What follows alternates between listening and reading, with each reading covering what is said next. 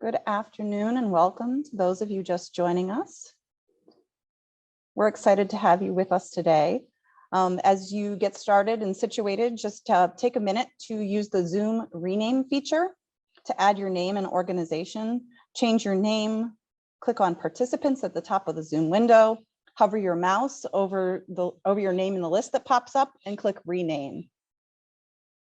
And also, if you can please introduce yourself by entering your name, organization, and pronouns in the Zoom chat.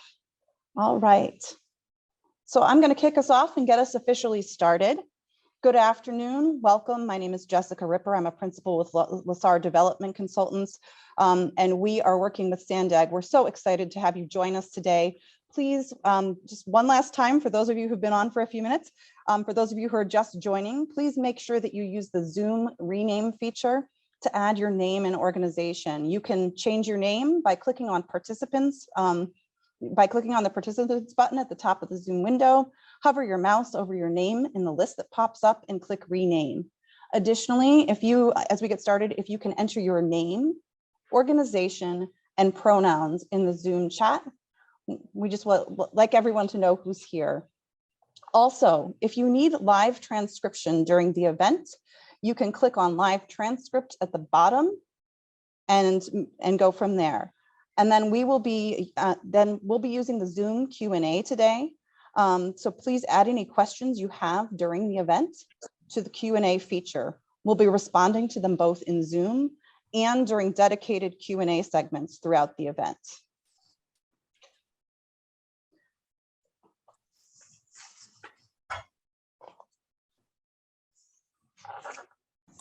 Once again, thank you for joining us today for SANDAG's Housing Policy Forum.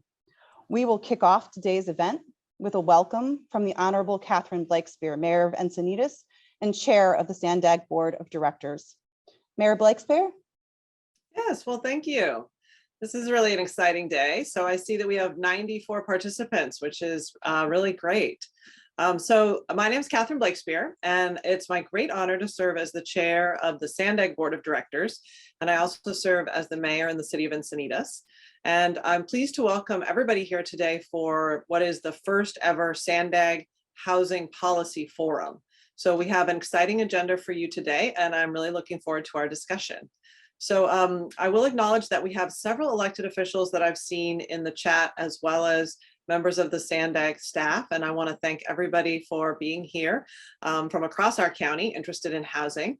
We know that San Diego Association of Governments, so our SANDAG board, is what's called a metropolitan planning organization, and it's also another word that describes a similar type of organization is Council of Governments for the San Diego region. So this spans 19 jurisdictions and 17 tribal nations. And so we serve 3.3 million residents, and we have the busiest land port of entry. So the development of our regional plan, which is really a transportation plan that looks out for 30 years, has brought into focus, and we've really been very keenly focused on the issues that face our residents in this region. So although it's a transportation plan, we know that there is a link between housing supply and affordability and transportation. So housing supply and housing affordability and affordable housing are top priorities for residents and also for us at the SANDAG agency. So SANDAG really is uniquely positioned to take a leading role on this issue because we are a place where everybody comes together from all of the jurisdictions, and we address these important issues that cross jurisdictional lines. So housing, we know, is connected to not just transportation, but also to equity and jobs, and really the list goes on and on. So we would like to build off of our experience coordinating the region's transportation network to address both housing affordability and climate change. So this new visionary regional plan, SANDAG is taking a leadership role in supporting that nexus between housing, transportation, and the environment. By working together across jurisdictions, we can make significant progress in meeting these goals with our regional planning effort. So many of us in our individual cities, like the city of Encinitas, and I think all the cities really are working right now to implement our housing elements for the cycle. So we as a county were given 171,000 housing units or homes that we needed to plan for. So we need to make sure we have the zoning that can accommodate the growth of these homes between the year 2021 and 2029. And SANDAG as an agency is responsible for administering that. It's called RHNA. I'm sure many of you are aware of that. RHNA stands for Regional Housing Needs Assessment. But this planning process also serves as a resource for local jurisdictions to be able to look forward into their own futures and see where is it that they would like to have their growth and development take place. And it's really important that we work regionally about this. And so focusing on regional cooperation has been something that's really important to SANDAG. So right now we're bringing all this together with this housing forum. I'm really excited that there's a new housing effort that's being led by our supervisor, Tara Lawson-Remer, because she is the chair of SANDAG's Regional Equitable Housing Subcommittee, which it was her idea to form, and I really applaud that. I think it's great to have board members at SANDAG who want to form committees and put their own personal thoughts, effort, willpower, know-how behind leading in addressing the issues that are most prominent for us in this county and also most important to our residents. So this is really an example of that. So with that, I will hand it over to our supervisor, Tara Lawson-Remer, to say a few words. Thank you, Chair Blakespeer. I am just so excited to be here today. I think we all know that we are in a huge housing crisis. We need to build hundreds of thousands of homes over the next decade, but we are currently on track to build only about 10% of what we need. And we all know that housing is interconnected, that it impacts low-income renters, to retirees, to folks that are students living on fixed incomes.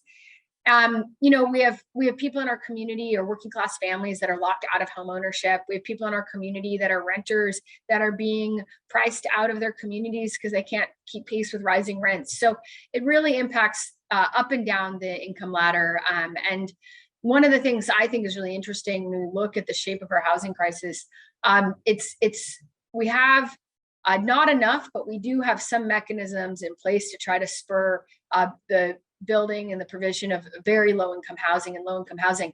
And certainly when you get into the high income housing brackets, we're building plenty of housing for people who are wealthy enough, well above median income. But we have a donut shaped housing crisis. And there's really a hole in the middle of that donut. And that's, middle income housing where we really don't have any programs in place. And this is distorting our whole market.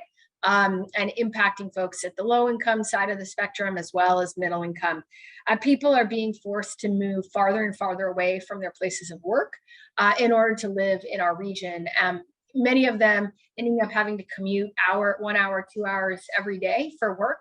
And this contributes to our climate crisis. So to me, the housing crisis is not only a crisis around equity and shared opportunity in our community, it's a crisis not only around quality of life and making sure that we continue to have opportunities for all people to make San Diego their home. It's also part of our climate crisis because 40% of our carbon emissions comes from cars idling in traffic. And when we don't have housing solutions that allow us to build infill, that allow us to build near jobs, near schools, near where people need to be every single day, then we end up with these big commutes that is a big contributor to San Diego County's carbon emission problem. So I think it's important to think about addressing housing in a way that also addresses our climate crisis and really thinking about equity and climate and housing and how these pieces fit together. I think we're really right now, frankly, at a critical crossroads. We've been going in the wrong direction on housing and for a long time. But we now are at a moment where if we don't take action, the cost of housing is just spiraling out of control. And it's really beginning to reshape the fabric of our community in ways that is gonna have ripple effects for generations to come. So we have an opportunity, I think, right now, especially as we look at our regional transportation plan and our big transit investments, to put these two halves together So we're not only talking about transit, but we're also talking about housing. And we're talking about a housing transit strategy that's integrated and holistic, and where the whole is more than the sum of the parts.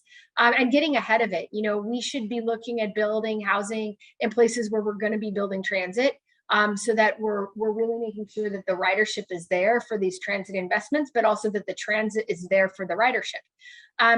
So I think that this is just kind of a wonderful moment that we're having this housing forum. I think for far too long, we've had a discourse and a frame in San Diego that it's housing or the environment. And to me, it's not either or, it's both and. It's absolutely vital that we tackle our environmental crisis and our housing crisis together. And that's the kind of vision that I am looking for us to drive forward as we look at solutions to San Diego's regional housing crisis.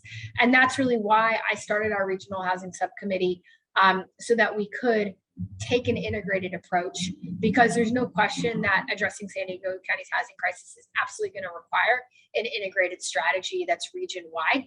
We have a regional job market, we have a regional housing market. I live in Encinitas and I work in downtown San Diego, and I think that's not uncommon. And we really need to be looking at solutions that meet the needs of our region as a whole. So I'm really just looking forward to discussing how we can leverage new state funding that's coming down the pipeline, in the governor's budget, as well as hopefully some local funding sources and local policy initiatives and mechanisms to be innovative, to provide incentives, create some voluntary programs to scale up equitable housing production.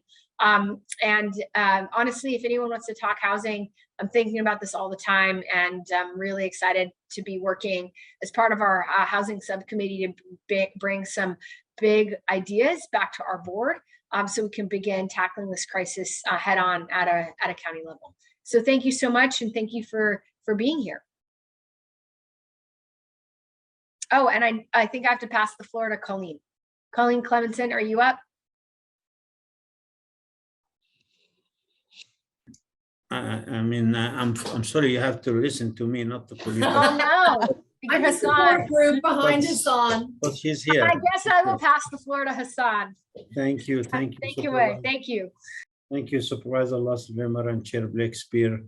And thank you all for participating. With me is Colleen Clemenson, the Deputy CEO for SANDAG. So it's, as the Chair and the Supervisor said, it's really exciting that SANDAG is taking this housing issues seriously and actually putting a lot of resources to make sure we're part of the solution. We no longer just talk about challenges. As you know, late last year, our board adopted the 2021 Regional Transportation Plan, known as the 5 Big Moves. And we made a point to say we're reimagining the future of transportation in San Diego. But you cannot have, like the supervisor alluded to, you cannot really have a good transportation system without thinking about land use, thinking about housing.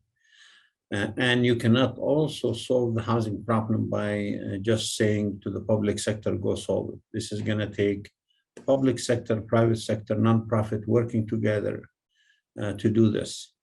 I'm happy to report to you that the state of California, through the early program, has allocated money to regions like ours. We already distributed, made available $6 million for our local cities and county for planning. We're going to receive about $43 million from the Housing 2. We're going to add to that our local funding from Transnet. And the supervisor mentioned the subcommittee. We're serious about having the largest incentive program we ever had, but also one of the largest in the state of California, working with all of you, the private sector, nonprofit, to truly stop talking about the affordability and the housing shortages and start talking about solutions. So today's forum is just an example of how we want to move this discussion forward. I think we have the right leaders in place. We have the right staff in place. And with your help, we're gonna definitely tackle this very challenging issue in California and in San Diego in particular. So I wish you all the best and thank you for participating. I'll turn the floor to Colleen if you want to add. Just very briefly, SANDAG is, as Chair Blakespeer said, SANDAG has been involved in the Regional Housing Needs Assessment, which is really just an exercise to implement state law.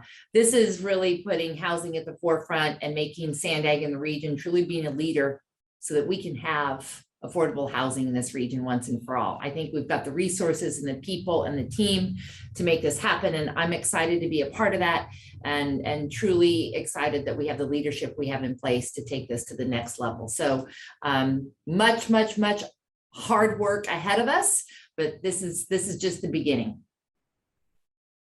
Great.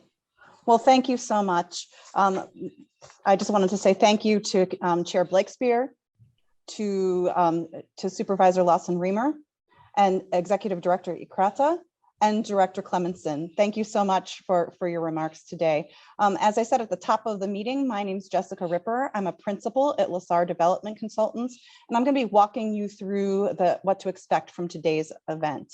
And as you can see on the screen right now, we just did the welcome and session overview.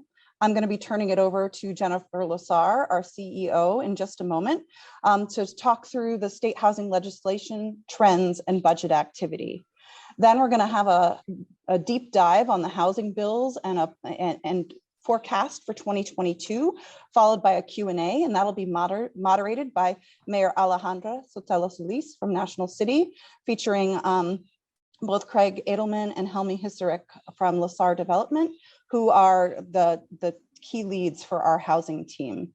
And then we're going to have a regional panel moderated by Jennifer as well, with Assemblymember Chris Ward, who's a representative that many of us know here in San Diego, Pamela Gray Payton, the Vice President of Chief Impact and Partnerships at the San Diego Foundation, and Sean Spear, the President and CEO of Community Housing Works. And then we're going to give you a little taste of what's to come with some upcoming events and things that are happening in the near future.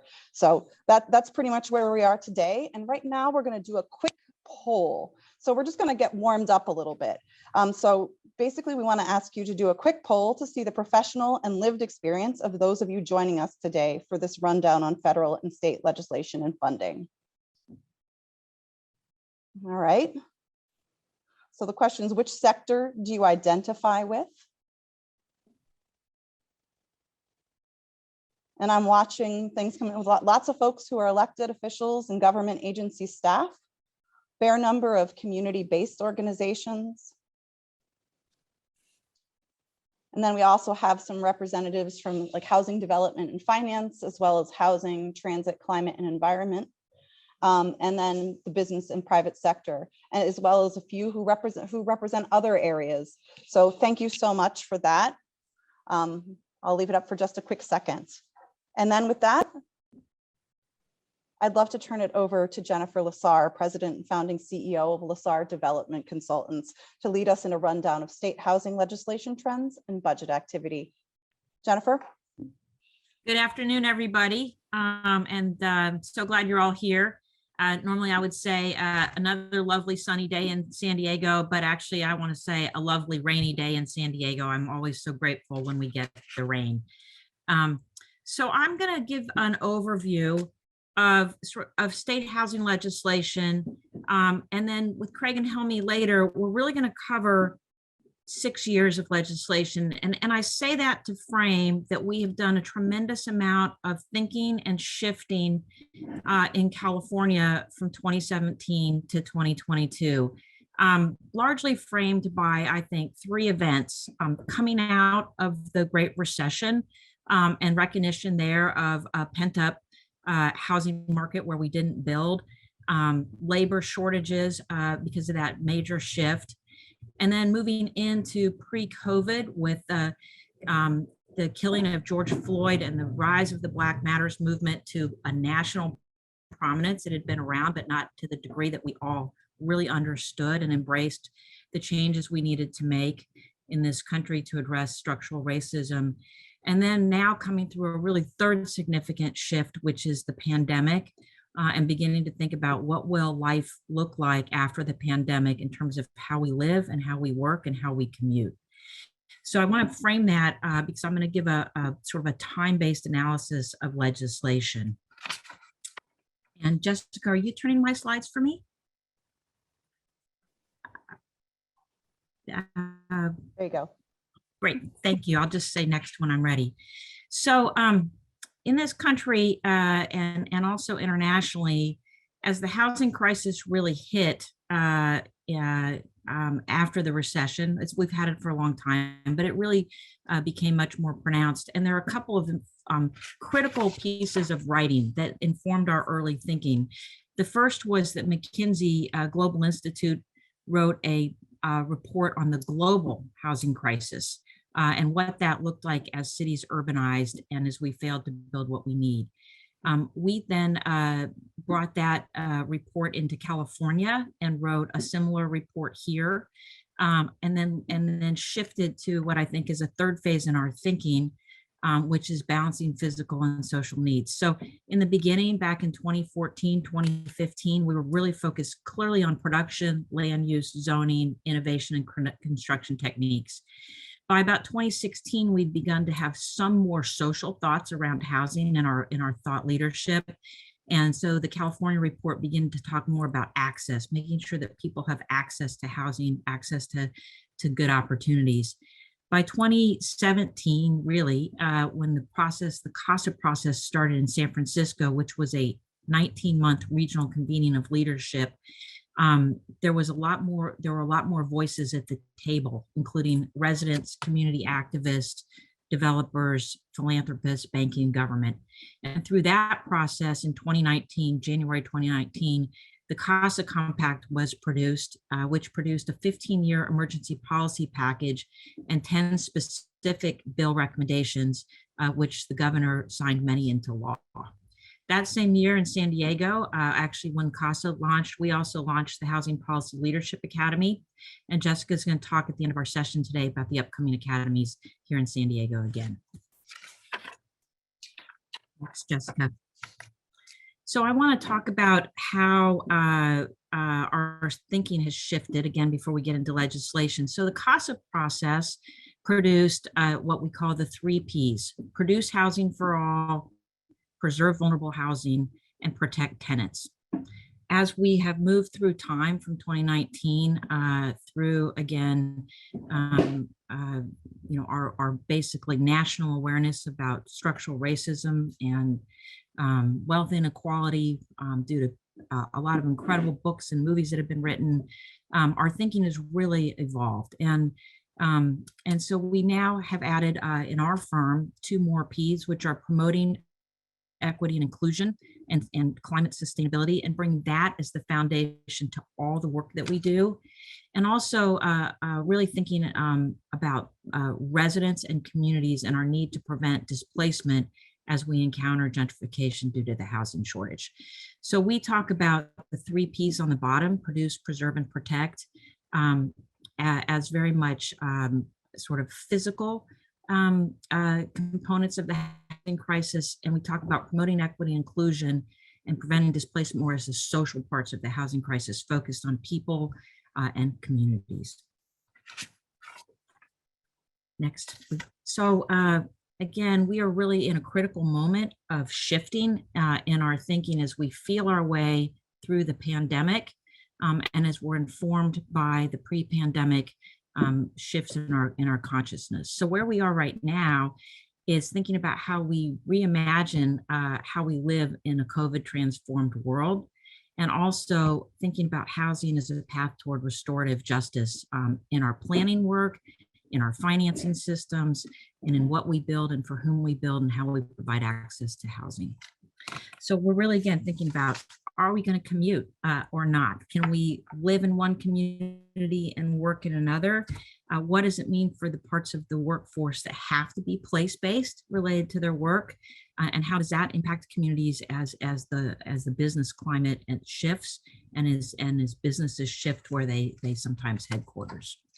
So we're in this incredible moment. It's really an opportunity moment to think about how we create policy that's inclusive, that reflects these changes, but also as we are fortunate right now to have quite a bit of funding for housing, how we deploy that in a way that is equitable and restorative.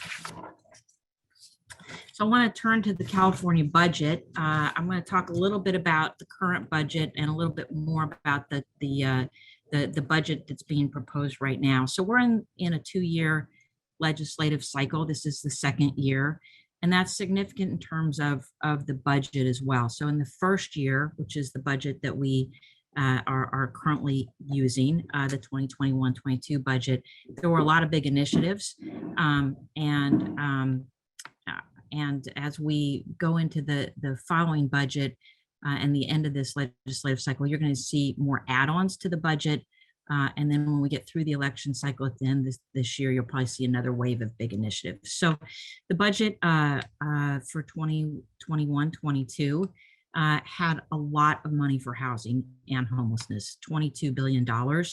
And you can see a significant amount of that went to rent relief and mortgage assistance, reflecting the hardships of the COVID pandemic.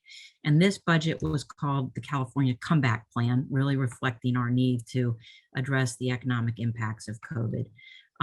Also on the housing side, a lot of money for capital to build affordable housing. And we'll hear more from Sean Speer in our panel about affordable housing funding and how he's deploying it and what we're missing. And then very importantly here, $600 million for regional early action planning grants. What we know is that during the Great Recession, we lost a lot of human capital talent in the governmental sector at a time when we also needed to be really rethinking how we plan for housing, issues of zoning, incentives, land use, building codes, et cetera. So the state government has really been shoring up local government ability to address the housing crisis with technical assistance and staffing money. On the homelessness side, I think many of you are familiar with what was Project Room Key, getting people off the street, turning into Project Home Key, which is money to buy hotels and motels. So significant money there on the housing side, and then $2 billion to local government for homeless housing assistance and prevention, money for services. So also a lot of money coming out of the state government for services related to homelessness. So let's go move to the where we're at right now, which is the governor's 2022 budget proposal. This is called the California Blueprint, giving us the perspective that we are rebuilding the blueprint for our future. So what we really see here, and what we know about the California budget is that we have a significant surplus of funds, about $46 billion, of which about $20 billion is discretionary. And so the governor continues to make significant investments in housing and homelessness, not quite where the advocacy sectors want him to be, but significant nonetheless. In this budget proposal, the governor had 5 themes for his budget, 2 of which related to housing and homelessness. So think about that. Only 5 themes in the budget: fighting COVID with science, combating the climate crisis, keeping our streets safe, and 2 related to housing and homelessness, confronting homelessness and tackling the cost of living, which is really the housing piece. So on the housing side, what we really see is just incremental funding, supplementing the funding that was made last year. So 10 billion last year, about 2 billion more now for low-income housing tax credit expansion, making more credits available for affordable housing. There's some significant investment in institutes of higher learning, specifically the community colleges, the CSUs and the UCs for student housing, and continued investment in some of our standard capital programs. On homelessness, a very clear strategy this year, which is $2 billion focused very much on immediate and interim solutions to homelessness. So specifically rapid rehousing, tiny homes, treatment beds, shelter slots. So $1.5 billion, this recognition that we can't wait for all the permanent supportive housing to come. We have to get people off the streets now. Next slide. Okay, now a couple other significant shifts. And many of you probably read the story of the city of Woodside and the mountain lions and protecting the mountain lions there. That was a drama that played out over a few days, in which the city tried to exclude itself from the Sb9 regulations, and then quickly, with a backlash of national media, reversed itself. And the Attorney General, Rob Bonta, very quickly issued a letter to their city council. So this is where all that kind of is framed, which is there's an understanding at the state level that we have to both help regional and local governments build the housing that they need, but we also have to hold them accountable when they fail to do so. So the Housing Accountability Unit has been created in the Housing Community Development Department, and it is tasked with both technical assistance as well as enforcement, educating and enforcing the laws that have been made. And over in the Attorney General's office, the Housing Strike Force, which is comprised of about 25 attorneys, is there to specifically also provide technical assistance, but also to take rapid action when we have active nonconformance of the laws. Okay, so let's move into really looking specifically at some bills. So again, we're going to look at legislation through these 5 Ps. And we do this to make sure in our minds that the legislation is comprehensively and holistically addressing all of the parts of the housing system and those that it needs to both support and benefit. So I'm going to give you a time-based sort of a narrative of this. So a lot of bills here on promoting equity, inclusion, and sustainability, and these slides will be available to you. So I'm not going to go into depth, but I want to talk about some of the trends. In 2017, we saw legislation that was more about inclusion of people excluded from the systems and the resources of financing. So in particular, AB 571 sought to increase the use of the state tax credit for farm workers in our rural communities, Northern California, Central California. So an idea that we weren't fully including that population in our policy work. We move a little further into 2018 and 2019 with more of a focus on anti-discrimination. So again, Trump took office in 2017, quickly began to talk about getting rid of the HUD, Affirmatively Furthering Fair Housing, AFFH, which is really sort of the civil rights part of housing policy. Here in California, I think the legislature was pretty mortified by that, and so created AB 686, requiring public agencies to comply with the HUD program, a federal program. So again, a strong effort on anti-discrimination. We move into 2019, same thing, prohibiting discrimination towards tenants using Section 8. But in 2020, we move from sort of inclusion and anti-discrimination into the world that we now live in, which is a heightened awareness in our policymaking around equity, inclusion, and equitable outcomes. So not just fairness, but the idea that our policymaking should create a path for more equitable outcomes, not just a path in, but outcomes. And so, of course, what happened in 2020, in May, George Floyd was killed. Again, national protests across this country, and the legislation reflects that. Specifically, I'll just call out our own then Assembly Member Shirley Weber Senior, Weber, creating a task force to study and develop reparation proposals for African Americans. That would not have passed prior to 2020. So again, this idea of moving into a much more proactive outcome-based kind of legislation. I want to go to production. Production legislation has always been the most abundant place where legislation has been happening around housing. And I just want to give you the big themes. The big themes, again, post-recession, right? 2008 to 2012, hardly any housing. A lot of folks that couldn't move out, pent-up demand. So we're coming into the full recovery and people wanting to have the housing they need, and the crisis begins to get very severe in 2017. These bills are all about unlocking land, streamlining, getting rid of unnecessary regulation, making private sector development more feasible, eliminating and reducing risk. I like to share that 93% of housing in California is built by the private marketplace, and about 7% of the housing is built by our vibrant affordable housing sector.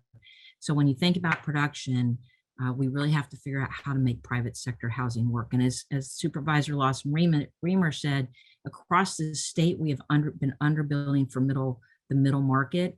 And it was about 10 years ago that kind of housing, our standard workforce housing, became economically infeasible, the first time in the state of California. So the production legislation is really about making the markets work. Benefits affordable housing developers as well, but really about making that chunk of the private market place work. Moving on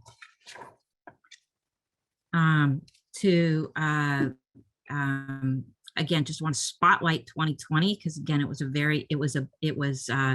this again is the beginning of the COVID pandemic. And what happened here, as you can see, there were a lot of bills, but the ones in purple didn't move. The legislature basically created rules for itself of very little legislation that could get through because they were having such a hard time meeting. All the bills on the Senate side with the asterisks were part of the Senate's housing package.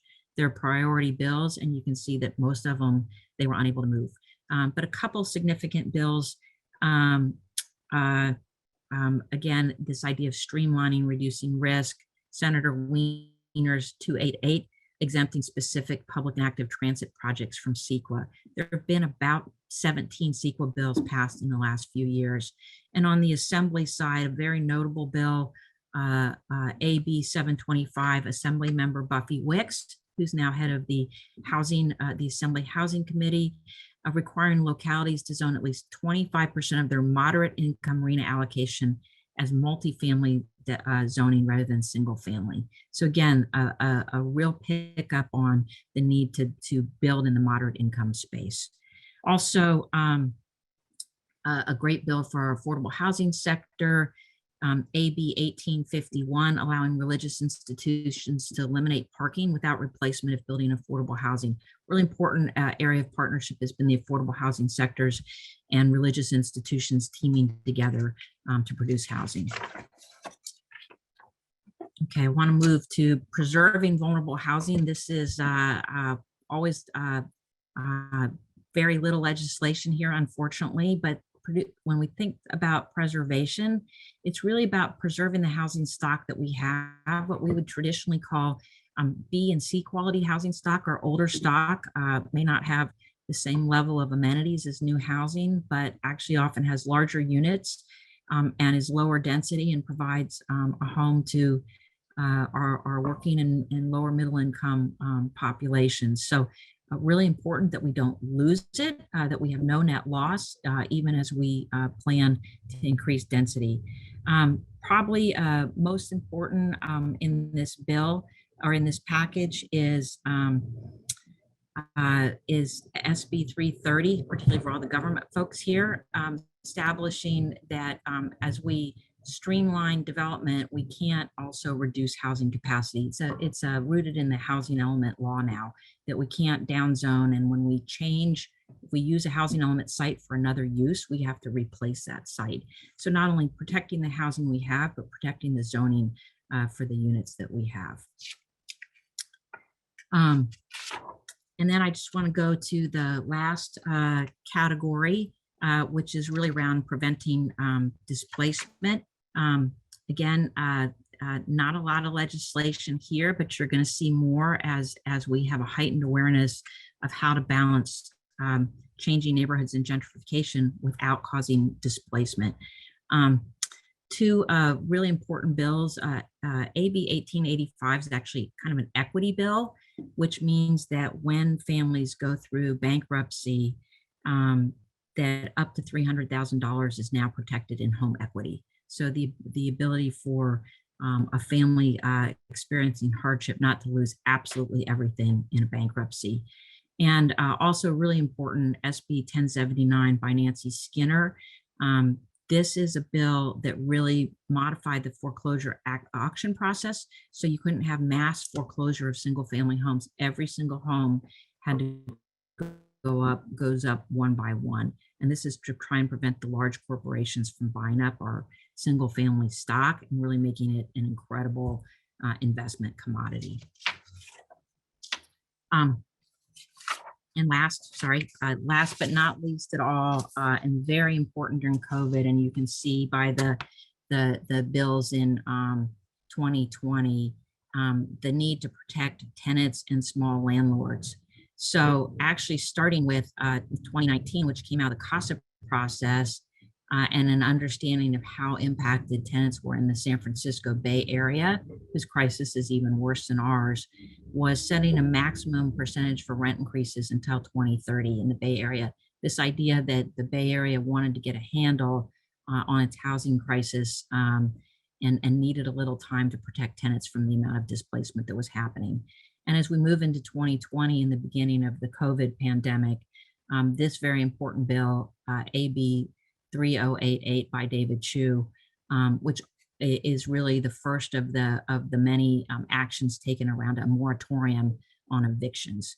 And so we went on from that bill to create eviction moratoriums locally and then at the state level. And the last of those moratoriums is expiring next month. But we've really sustained tenants from being evicted for a long time through this crisis. So also very importantly was the recognition of the need to protect small landlords and how vulnerable the small landlord population was during COVID. And so a lot of the rent relief money also is going to shore up the small landlords. And with that, I think that I'm actually going to pass to Mayor Alejandra Sotelo Solis, who's going to convene our panel that's really going to look at 2021 and 2022. So Mayor Ale, to you. Gracias, Jennifer. Always great to see you. And again, as a graduate of the Lazar, Academy for Housing, all housing, I think it's a great opportunity for all to continue learning. And even those who are making policy to really recognize that we as policymakers, as influencers, really can get the latest through trusted organizations and people, as well as help shape the policy that we are making as well as implementing. So muchísimas gracias to you, Jennifer, and your team. So I'm Alejandra Sotelo Solis, the mayor of the city of National City. I wear a couple hats. I'm also the second vice chair of SANDAG Board of Directors, as well as the vice chair for MTS. And I also am proud to have a bunch of little ones here, going through the public school system. And when we talk about housing, when we talk about the future of housing in communities like National City, working class communities, we want to make sure that the affordability component is not just something that is spoken about, but it really is gripped and is the base of everything that we work on, whether it be subsidized housing or housing that truly is affordable for those first-time home buyers, as well as those coming back from college. We really want to have renters have that affordability. And in National City, we have a 70-30 split, 70% renters to 30% homeowners. So we're moving every day to continue moving that needle in the homeowner direction so that all have that opportunity. And so today we are hosting a panel that is deep dive on strategic and state legislation and forecast of issues to watch in 2022. So get your pencils out. This is the session to watch. Because we'll dive into 5 critical housing bills passed during the 2021 state legislative session. It'll be how they fit into the 5 Ps framework, their potential and the impact of the San Diego region. And the panel will also provide a forecast of issues to watch as the 2022 state legislation begins. Today, we will have 2 speakers to enlighten our audience today. We have Senior Principal Housing, the housing team for the Lazar Development Consultants, Craig Aldman, yay, woo. And then we also have Helmi Hesrich, who is a senior principal of the housing team there at Lazar Consultants. I'm giving more titles and more names to titles here. Pretty soon you guys will all be doctors. But if we could, I'd love to have both Helmi and Craig introduce themselves and just share a little bit of their role at Lazar Development Consultants. I'll jump in. My pleasure, Madam Mayor, and thank you for the promotion. I appreciate it. I'll talk to Jennifer about that later. It's great to be with you all. I'm Craig Edelman. I am a senior principal at Lazar Development Consultants, and together with Helmi, I co-lead our housing team. We work across the state and some nationally on housing issues to try and solve our housing and homelessness crises. So really great to be with you. I bring, dating myself, but almost 30 years of experience in the field as a developer of affordable housing, as a financier on the public sector side, as well as working with major cross-sector initiatives with regional entities like SANDAG across that recognize the intersection of housing with climate, transportation, equity, and health, like we've already been touching on today. Helmi, you want to take it next? Great, thank you. Hi, everybody. Helmi Hesrich, and as Craig said, I co-lead the housing team at Lazar with Craig. I have been in the housing field for over 20 years, primarily on the finance side and primarily focusing on the financing of very low-income housing. And I wanted to just thank Supervisor Reamer for starting the conversation about middle-income housing and about climate change. You know, on a personal level, I will share with you just a brief story. I have a sister who lives in San Diego, downtown San Diego. Actually, not downtown. She lives over near the Globe Theater where she works. And she and I are on the opposite ends of our family's spectrum in terms of children. So I'm 18 years older than my sister. And we have very different housing stories. I was able to buy a home a few years before, well, 22 years ago, I was able to buy a home, and I bought a home for about $300,000. And that home today is worth close to $1.2 million. My sister in San Diego, who works at the Globe Theater, is just starting her family. She and her partner have been together for a decade, and they're struggling to buy their first home. And they know that if they know that today they could walk to work, they can walk to their jobs. He's an environmental, he's a technician, an engineer. She works at the theater, and they love their life in San Diego and could easily walk to their jobs. But they know that if they were to buy a home, they'd have to go somewhere so far out, they'd have to drive a car, and they feel really concerned about the environment. So they're struggling with space, with raising a child, with getting ready to raise a child. She's due in April. But I really see on a personal level, as I've been focused on extremely low income housing, which is a huge need in the state, there's this much bigger gap of housing all the way across the income spectrum. And that's really what we're talking about today. And that's what the legislation that we're going to talk about is going to focus on. Great. Thank you so much, Helmi. And again, as we shared, the 2021 state legislative session was a banner year for housing. And today we will again dive into those highlights, as I shared with you, on 4 bills and how they fit into the San Diego region. The deadline, if you didn't already know, for introducing new bills is this Friday. So there's still much to be decided for this year's session. But again, we want you to check out what to look for 2022.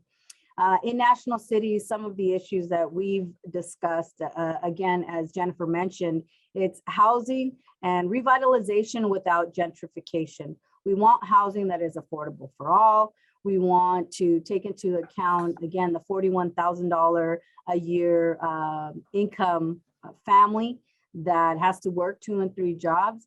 We're looking at workforce housing and really getting creative on not only the rent, but also creating opportunities for home ownership. And how we get there, it's a multitude of issues and layers. You have to have good paid jobs. You have to have opportunity for upward mobility in those jobs, as well as making sure that people feel that they can afford and actually make it a reality to afford those housing elements and homes here in National City. So with that, we now would like to get that recap. If you didn't already know, RHNA, our Regional Housing Needs Allocation, is this equation that we in the county at SANDAG have months and months of conversation over which equation, which elements go in, from transportation corridors to trolley stops and housing, affordable housing units, and where the various AMIs are. And in National City, we have to build 5,748 units in the next 8 years. And our RHNA numbers are for that 8 years, and each of our cities is allocated a number, and that's our goal.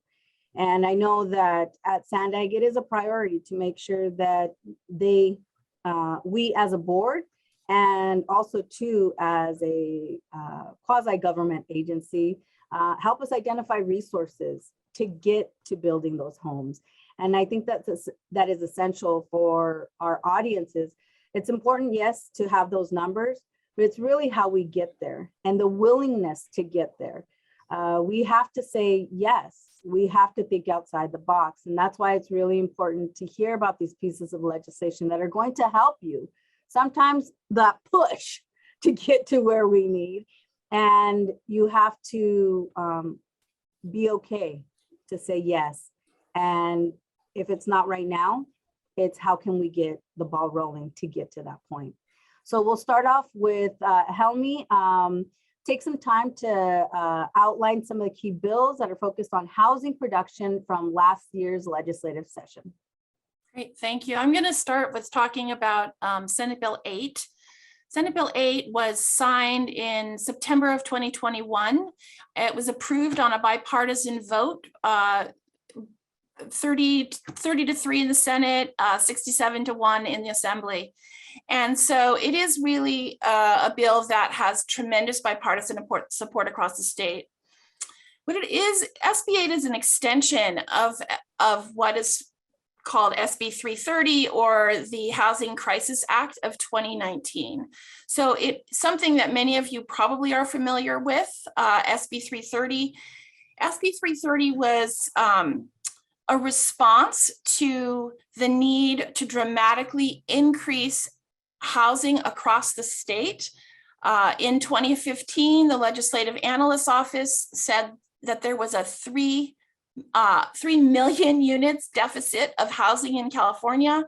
And so SB 330 from Nancy Skinner put in place 5 years worth of streamlining, 5 years worth of streamlining for new housing. Some of the aspects of SB 330 include suspending local zoning and construction moratorium, local down zoning, and construction moratoriums, requiring cities to process building permits in a very timely way, lifting parking moratoriums, protecting Section 8 tenants from displacement, and ensuring that tenants that were in housing that was being demolished for new construction were appropriately getting relocation benefits.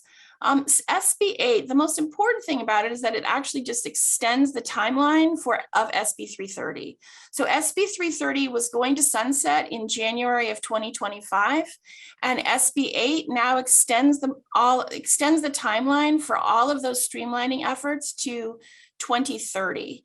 And that's important because during COVID, we're not really sure if the development was occurring as hoped. And so this actually gives some additional time frame for developers to pursue development in a very streamlined way, and gives cities the ability to really figure out how to streamline, puts pressure on cities, but gives cities time as well to implement these streamlining efforts.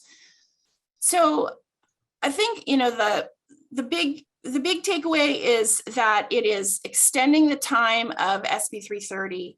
There's a few minor changes that are important to recognize, such as it's making clear that when land is downzoned in any location, that there is a corresponding upzoning of parcels in the same 180-day period. It clarifies that the appeals process, the five meeting limit in terms of appeals it sort of clarifies what it includes in terms of what types of hearings are included in the limit. And it strengthens the Housing Crisis Act demolition and replacement provisions by providing, among other things, it requires that occupants that had to leave their units, they must be able to be allowed to return to their units if the project doesn't move forward. So it is really just a continuation of the effort to streamline development and ensure that developers are able to produce the housing units that are needed in the state. I think we'll move on to the next one. Yeah, so thanks, Helmy, that was great. I am going to talk about SB9 and SB10, which have some key similarities and a couple of key differences. But I want to start taking a card from Jennifer's hand about talking a little bit about the background, because while these passed last year, it's important for you all to understand kind of the big picture and the through lines around movements and where focus tends to go on housing policy. So SB9 and SB10 are both legacy components of 2019's highly ambitious and controversial failed bill called SB50 from Senator Wiener. They also are direct historical descendants from AB 32, which established the greenhouse gas emissions target statewide. That's 12 years ago, I believe, maybe 14 years ago, and SB 375, which was the follow-up legislation that tied those targets to land use. So creating that key link between our land use policies and our environmental outcomes. So these both focus on infill strategies and use zoning and increased density around existing infrastructure as a critical solution to our crisis. They also continue a controversial precedent of the state legislating land use policy, which is historically the purview of local government. So I'm sure an important issue for many of you as well. So SB9 more specifically is probably the highest profile housing bill that came out of the legislature last year. It really is historic in many sense because SB9 makes statewide changes to single family zoning, promoting small scale neighborhood residential development and allowing homeowners to subdivide their lot or create a duplex by right or both. So if they subdivide, they can build up to 4 homes on what was previously a single family lot, subdivide and then do a duplex on each.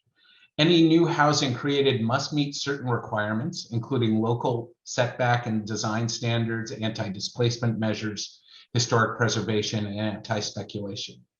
So SB9, for all intents and purposes, ended single-family zoning in California, allowing for the by right development of small-scale projects of 4 or fewer homes on lots zoned single-family that meet certain objective standards. So it's a landmark bill that addresses issues of opportunity, access, segregation, equity, while also making it possible to better use scarce land resources. So again, very controversial in a lot of areas, but also worth noting, there's a huge portion statewide of our land that is zoned, the components that are residentially zoned, a massive portion of that is exclusively zoned for single family. And so before SB9, that really limited the amount of housing we could potentially produce, at least in conformance with current zoning. Next, I'm going to talk about SB10. And SB10 from Senator Wiener allows local governments, if they choose, to provide a streamlined path for rezoning of infill parcels to create light touch, missing middle housing densities of up to 10 units if they're near high quality public transit or located in a job-rich area, or if they're urban infill lots that meet the definition included in a prior bill called SB 35.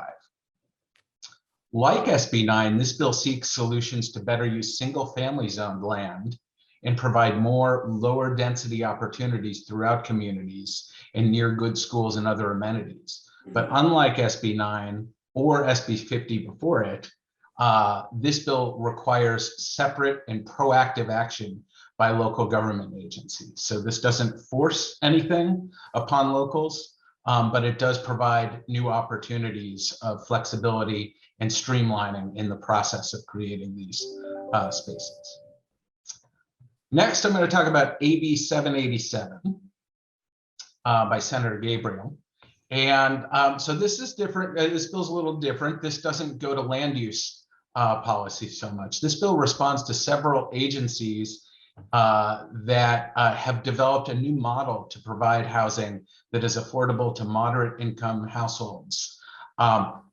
Oftentimes characterized as being without public subsidy. That's not actually true. There is a tax offset, which is the basis of that model. And so basically this new model creates a joint powers authority in which a local can own this property and thereby access both tax exempt bond financing as well as the welfare tax exemption on properties where those properties don't pay property tax. And so that's the inherent subsidy component, is there's a tax offset. And of course, the local then is not receiving tax revenue that they otherwise would over time.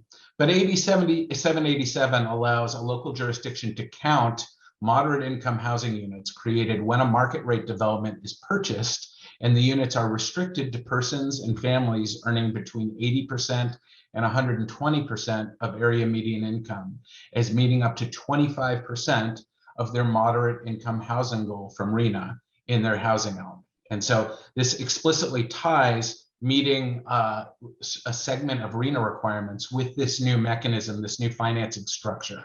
The financing structure is not without controversy as well. There was an article in Forbes magazine a few months ago about this, and recognizing that again, highlighting that there is an inherent subsidy in terms of the tax benefit, and questioning to some degree the benefit of this structure in terms of whether it's lowering rent significantly enough and providing sufficient public benefit inherent in the restrictions to deserve those tax benefits.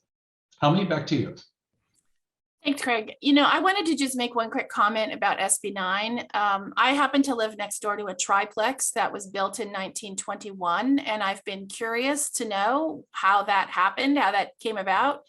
One of the things I learned is that in California, we actually did a lot of downzoning in the 1980s that led to our single family residential areas not having duplexes and triplexes. And in fact, it's kind of an old California model. So, you know, everything old is new again. And I'll just add that the chief design officer in Los Angeles held a competition of architects to look at multifamily, small multifamily, and there's some really interesting new emerging designs that are really worth taking a look at. Helmi, if I could, I just wanted to share, we do have about 5 minutes left, and I know that we have shared that the pieces of legislation will be out for members here to take a look at. I wanted to just ask both you and Craig really quick, of these 4 pieces of legislation, is there something that the members watching our audience should really take advantage of or have at the ready so that they can, you know, be ready to use this legislation as a as a carrot or a stick, however they'd like to use it. How would you, I guess, the advice you'd like to give our audience?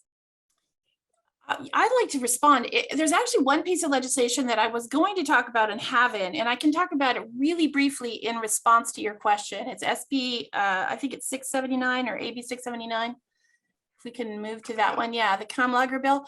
This one was basically put in place by Senator Kamlager to try to create a housing finance agency in the Los Angeles region, but it was modeled on one that was done in San Francisco called AB 1487. I think it's definitely worth looking at this. This is an effort to take to look at housing regionally. So in the case of AB 1487, it's the Bay Area. And in the case of 679, it was Los Angeles region. But the idea behind it is really to think about housing as a region and housing finance as a region. And San Diego County certainly has the capacity to think about this. And it would be worthwhile taking a look at this legislation, I think, for the San Diego region. Great. Yeah, I'll just pick up on that and say I was on a phone call this morning with a major local in the region, and the issue of the challenge of financing resources always being local and restricted to the jurisdiction really being a significant impediment to regional collaboration on what is a regional market and system housing being a challenge. And so this is an example of an effort to overcome that. Real quickly, Madam Mayor, I think, SB9 and 10 in particular, again, offer opportunities for local government to, within their housing elements, to really expand their housing production capacity through land use changes. And SB10 in particular is an opportunity for locals to opt in a way that provides greater housing opportunities around the resources that, from a policy perspective, we've come to know are the best practices. Great. Well, thank you again, both to Craig and Helmy for the wrap up for 2022 pieces of legislation. Again, it's ensuring funding accountability as well as looking at that $45 million budget surplus. Funding and finding compromises for labor requirements and housing bills, as well as state and regional long-term funding sources for housing, the intersection of climate and housing, as well as rent relief as well as tenant protections. It's really essential that we have all of these elements and really keep the heat on to make it a reality in our respective jurisdictions. Because if it's not us, then who? If it's not now, then when? I think it's really essential for us to be part of the solution. And so with that, I'd really like to, again, thank the entire Lazar team for putting on a fabulous event, as well as engaging and sharing with us these pieces of legislation. Thank you again to Helmy and Craig for the wrap up. I now would like to take it back to Jennifer, who will be moderating another panel discussing housing issues and more specifically to the housing region. With that, I'll turn it over. Thank you. Thank you, Mayor Sotelo Solis, and to Craig and Helmy for the update on the legislation. I'm really pleased now to moderate a panel of local housing leaders, and I'm really thrilled that they come from very different sectors. To get us started, and are we going to just put all the everybody up so we can see everybody? But let me just do quick introductions of our panelists. It's going to be my Assembly member Chris Ward from the 78th District, Pamela Gray Payton from the San Diego Foundation. So we've got elected official, we've got somebody from philanthropy, and Sean Speer, President and CEO of Community Housing Works, who's been a state leader on housing, and we were very lucky to bring him to San Diego to lead one of our favorite regional affordable housing development firms, Sean Speer. So welcome to all the panelists. What I want to do is just give you a quick overview of how we're going to do this. We're going to have 4 rounds of questions, focusing first on kind of existing efforts. Then we're going to move to opportunities and needs. Third part is where do we go from here? And then we're going to give each panelist just a minute or two to wrap up. And I'm going to rotate the order in which people respond. And then I've been watching the questions and answers, some great questions there. We're going to leave 5 to 10 minutes at the end for Jessica to bring forward some of those questions to be answered. So we're going to go to about 1:50, so about 40 minutes, and leave about 10 minutes for Q&A and wrap up. So let me move to our first round. And the order for our panelists is going to be Pamela Gray Payton, Assembly Member Chris Ward, and Sean Speer. And I'll invite each of you, if you want to just do a brief introduction as well, to please do that.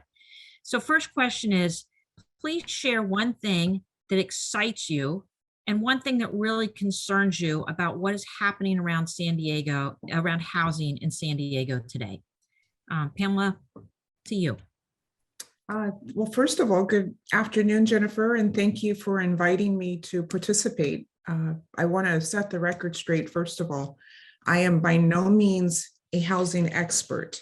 I will absolutely render that title to Sean and to the Assemblyman, but my role here as a representative of the San Diego Foundation is to really be able to reflect on the many ways in which philanthropy through all of our donors and foundations can support the need for greater investment in affordable housing in our region. When you ask the question, what am I excited about? Frankly, and this may be somewhat surprising to frame it in this way, but I'm really excited that the growing recognition that access to affordable housing is at its core an equity issue. Now, we have not talked about affordable housing in this way in the past, and it has finally become at the forefront of all of our minds for a host of different reasons. But this is, in fact, an equity issue, and it's one that we must all be concerned about and act collectively to address. And so at the San Diego Foundation, we are an organization that works in partnership with others, both in the public and private sector, as well as with government. And by no means is the San Diego Foundation viewing the role that we are playing as a lead role, but that really as a supporting role as it relates to philanthropy and policy and advocacy. What we have done at the San Diego Foundation recently is create a new initiative, a new fund that is specifically targeting in its current iteration Black homebuyers and really improving access to home ownership for African Americans in San Diego. There is much data on the reason Blacks have not had the same level of success in home ownership as other groups, other populations, but it has been a systemic racism issue. And the San Diego Foundation has recently established a fund where we are contributing $40,000 towards a down payment in the form of a grant, and that money is matched with other resources that are also being made available to buyers. So as of result of this program and the support that we have from other buyers, right now there are another 16 families who are living in their own homes as a result of the grants that they've received from the first-time homebuyer program launched by the San Diego Foundation in partnership with the Urban League, with LISC San Diego, as well as our banking partners. And so that is an initiative that we are wanting to continue to expand on. In the future, we want to include other representatives of the BIPOC community and also helping them to see how home ownership can help close the gap on economic equity. And so it's something that we're very, very proud of, but recognize that there is room for far many more people to be able to purchase homes as a result. Pamela, thank you. And thank you for definitely connecting our through line that access is an equity issue. Assemblymember Ward, I'm really excited that the Assembly Housing Committee has done a statewide listening tour and been reading about your work, but what are you excited about and what concerns you about what's happening in the San Diego region today? Well, thank you, Jennifer, and great to be here with Pamela and Sean and so many attendees. It's really a pleasure to be speaking with you from the Capitol today. One of my, I was also really proud earlier this year that I received an appointment to the Housing and Community Development Committee by Speaker Rendon. So excited that San Diego has a very strong presence there on that 8-member committee.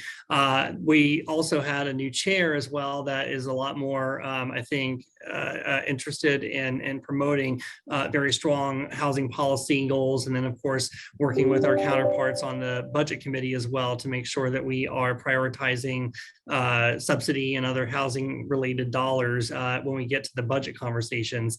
I'll tell you that one of the things that excites me sort of as a fundamental base and is actually reflected and is pretty aware in the Sacramento realm is that San Diego really leads on a lot of these issues. We have a long ways to go, and we know the struggles that we have out in our communities and out on the streets, but I think that there's a lot of pride and awareness that San Diego in particular is trying to make sure that we are being more progressive in our approach to working on housing solutions.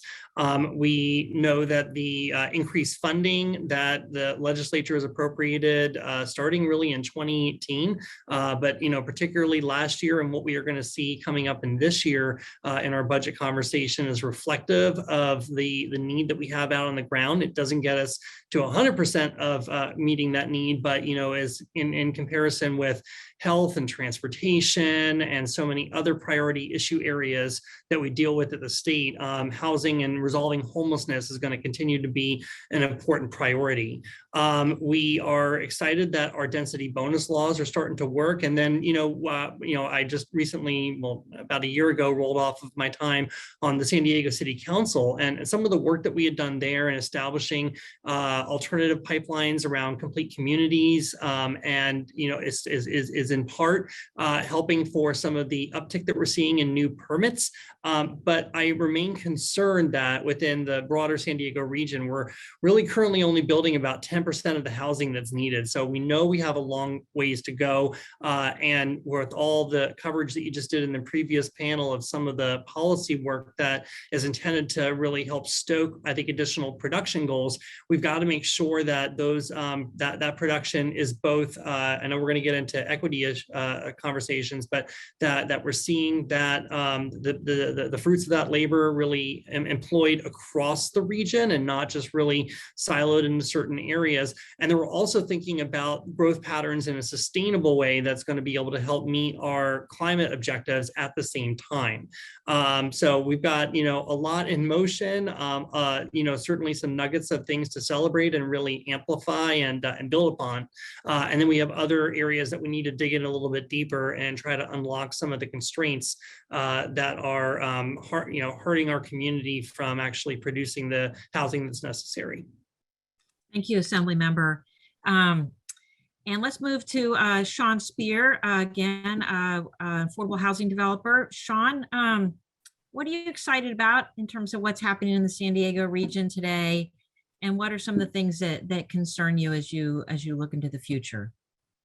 Yeah, thank you, Jennifer. And I think as the Assemblyman and Pamela put, there's really a lot to be excited about in terms of the efforts that people are putting in to address our housing challenges, and particularly around homelessness as well in the region. I'm going to modify what Pamela said, which is that she doesn't feel like she's a houser yet, because I think certainly the work that the San Diego Foundation is doing and really leading the efforts on addressing equity in our communities and directly challenging the affordable housing crisis is going to definitely make you a houser by the time you're done. So that's just temporary situation for you right now, but you're definitely going to be considered one of us by the time you're finished. I think that as I mentioned, there's quite a few things and efforts really ongoing right now to directly address the challenges. One that I think about right off the top is a group that I was fortunate enough to become part of as the Continuum of Care Advisory Board when I first joined CHW, and I'm relatively newly minted as a CAO here for CHW, coming to San Diego just a little over a year and a half ago. And out of that effort, the Continuum of Care Advisory Board works closely with the Regional Task Force on Homelessness. And that group is made up of both public agencies as well as advocates with lived experience and others, as well as organizations that are serving people living in homelessness one way or the other, whether it's by services or providing housing. So it's a big tent organization in many respects, but they are really unified around the ideas of directly tackling what are the causes of homelessness and people falling into homelessness, and then how to address the people that are in need once they're in that situation. So I've just been really encouraged by the conversations as part of those efforts, and seeing, as an example, they created an ad hoc committee on addressing homelessness amongst Black San Diegans. I think as many may not realize that Black San Diegans are in the county are less than 5% of the population, but are nearly 25% of those living in homelessness. There's a disparity there that needs to be directly addressed. And I think it actually, the approach reflects the way that things are done here, that it's not going to be broad brush kind of solutions. It's going to be really diving into the causes of the situations that we're facing and really coming up with solutions that are going to directly address those in a very finite way.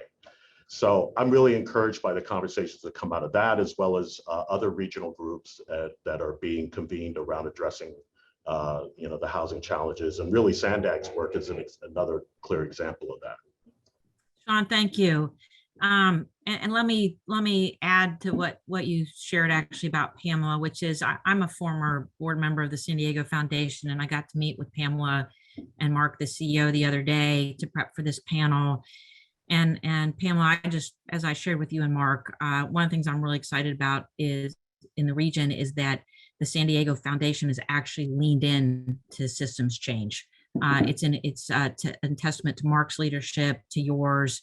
And it's been a significant shift, and philanthropy has the ability, as you say, to convene, but also to create small pilots that show us how things are done. And that's really what you've been doing with your Black home ownership fund. So just really want to acknowledge what a significant shift actually that is for the San Diego Foundation's role. I want to move to the next round, and we'll start with Assembly Member Ward and then go to Sean and then to Pamela.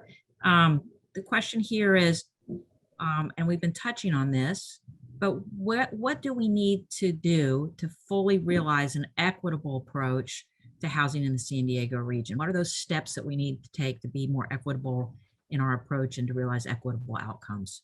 Assembly Member Ward, let me go to you.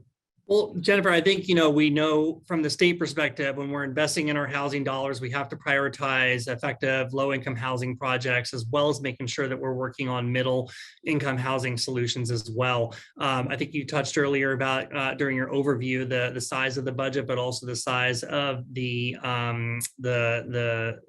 surplus that we have to work on. So I'm particularly excited. We know we've got a lot coming in for infill housing development. I think about $500 million there.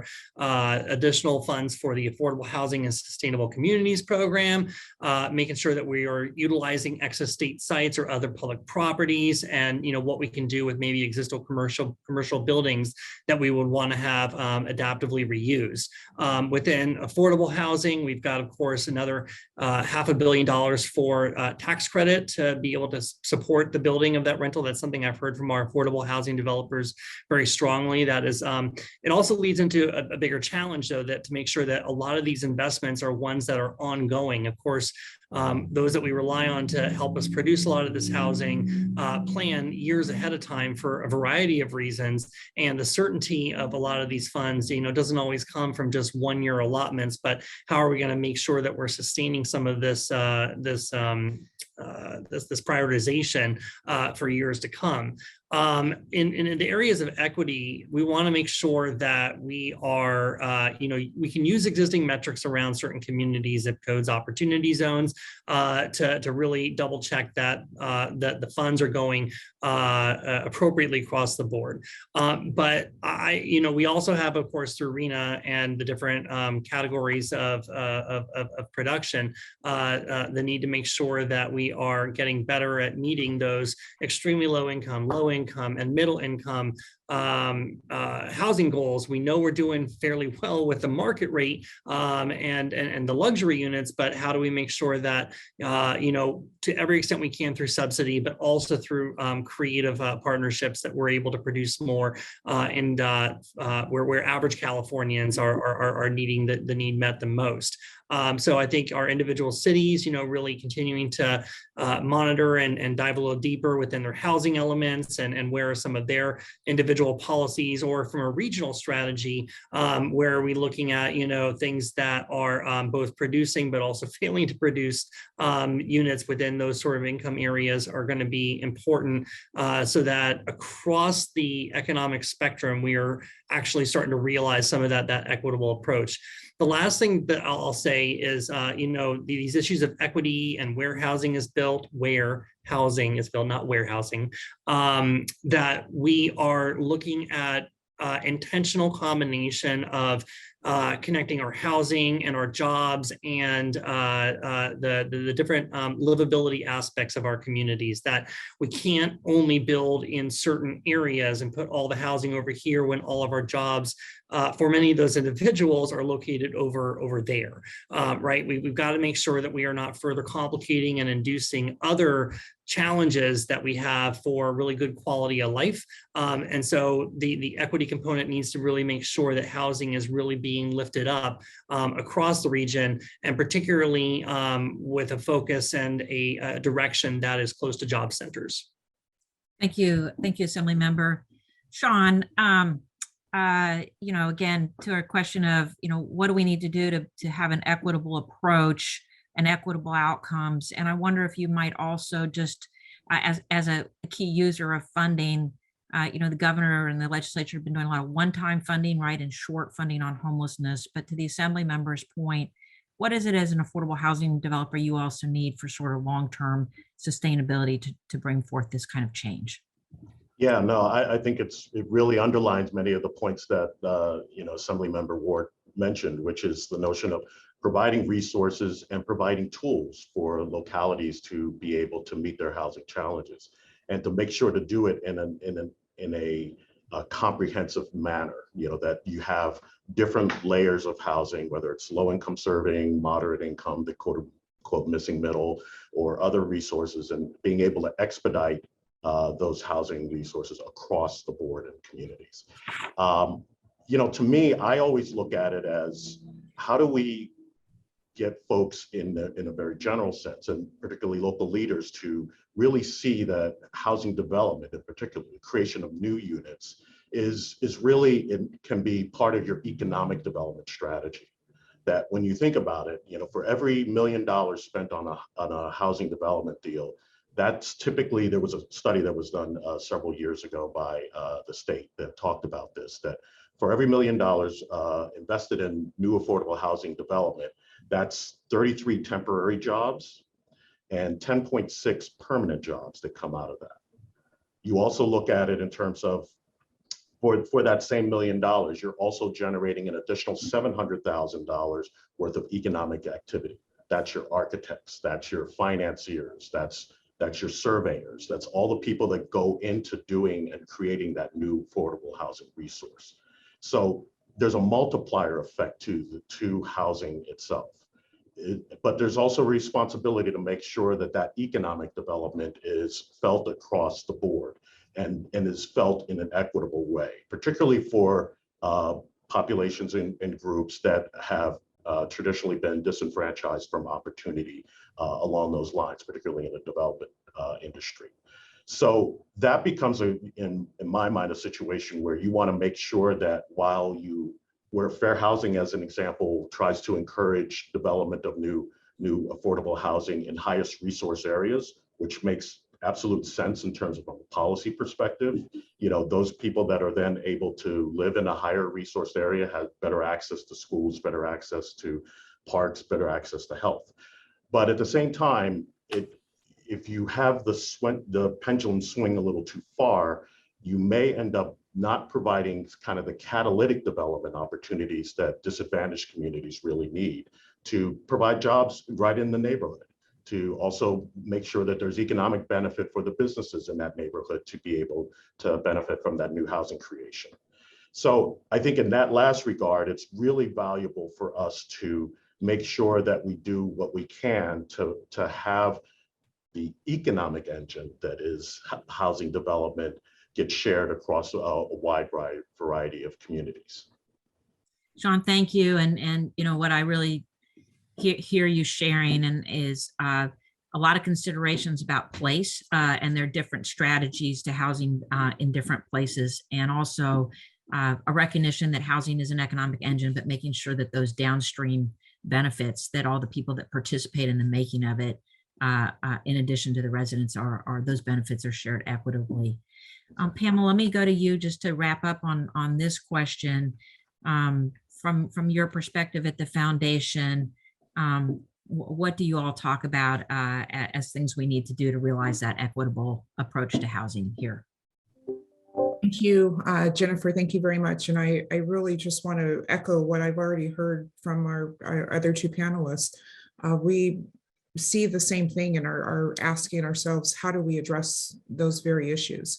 Particularly when thinking about the equitable distribution of housing that are affordable housing. When you look at where affordable housing is being built, there certainly is a higher concentration in some communities and far less in others.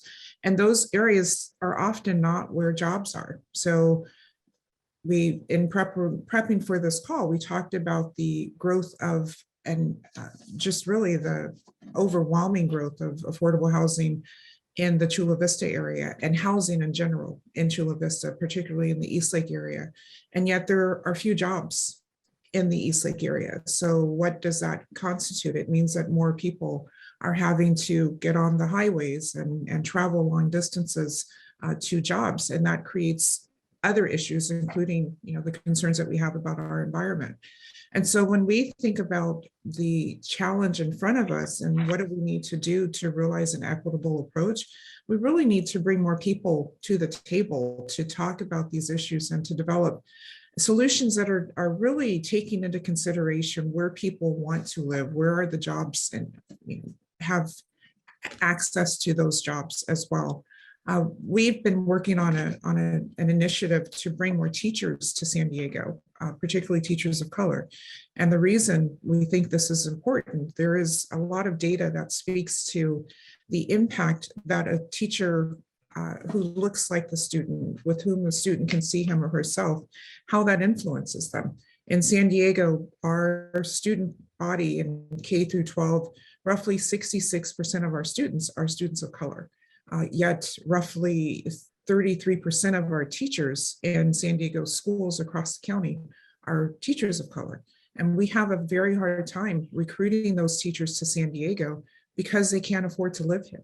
And so what are we wanting to do? How are we going to address the issue of creating space for people who work hard every day, for educators, for a lot of those middle income workers who are unable to afford to live in San Diego, and therefore they're commuting from outside of the county into San Diego for jobs? We really want to address the balance or the imbalance that currently exists between affordable housing and the job center. And that is something that we are working on through some initiatives with San Diego schools, chiefs, as well as a few other local partners that are equally concerned about this issue.